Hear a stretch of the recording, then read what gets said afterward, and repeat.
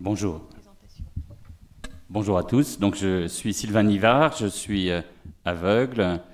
Je représente donc une association qui s'appelait le GIAA, comme l'a dit Laetitia. On est en train de changer de nom et de nous appeler maintenant HappyDV. L'association a 70 ans.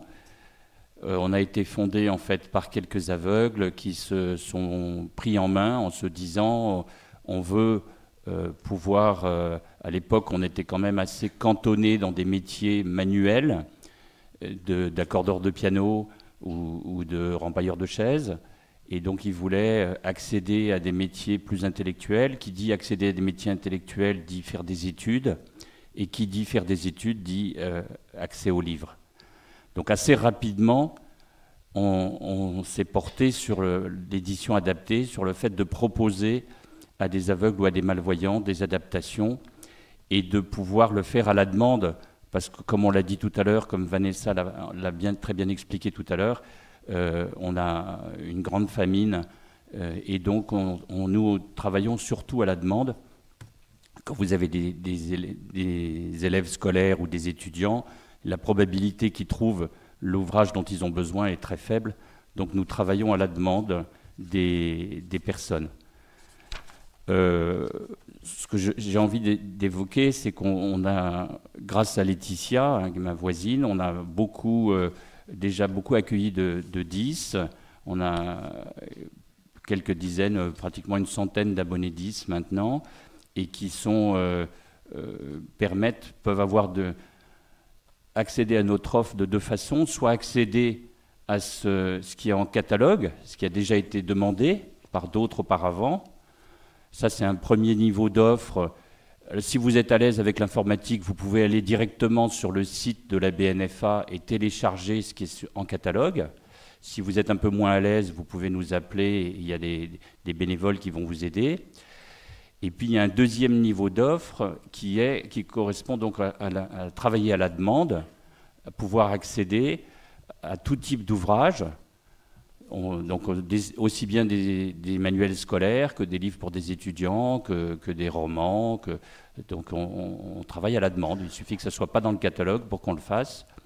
On a aussi, d'ailleurs, je souligne au passage, parce qu'il y avait une question tout à l'heure sur les bandes dessinées, on a quelques pépites en bande dessinée, avec notamment des Tintins en sonore, qui sont vraiment formidables. Je vous encourage à les écouter, ils sont en sonore, faits par toute une équipe de bénévoles. Et on a aussi des revues, des magazines pour les jeunes, pour les enfants, qui sont aussi en sonore, éventuellement en braille, mais ça je ne vous en parle pas, mais on a des magazines en sonore. Donc on fait à la demande, quel que soit le type d'ouvrage, quel que soit le format. Donc on peut faire aussi bien du sonore que de l'adaptation en texte ou en PDF. Et on va aussi apporter un certain nombre de services autour, d'accompagnement. Comme vous l'avez compris, on travaille beaucoup à la demande, donc on personnalise notre accompagnement et on peut accompagner pour aider à trouver des stages. On a aussi des possibilités de groupes de parole pour les aidants, pour l'entourage, pour les parents, sur lesquels on a pas mal de demandes. Et puis on fait aussi des cafés littéraires, donc un certain nombre de choses qui permettent de matérialiser cet accompagnement personnalisé.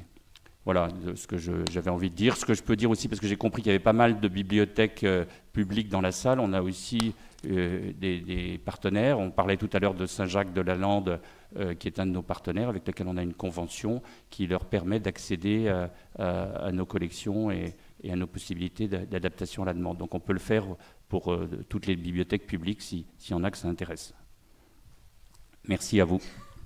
Je voulais rajouter quelque chose par rapport à des activités qu'on fait en commun. Justement, ma dernière question, c'était qu'est-ce que vous faites pour sensibiliser les familles, les associations sur ce que vous proposez.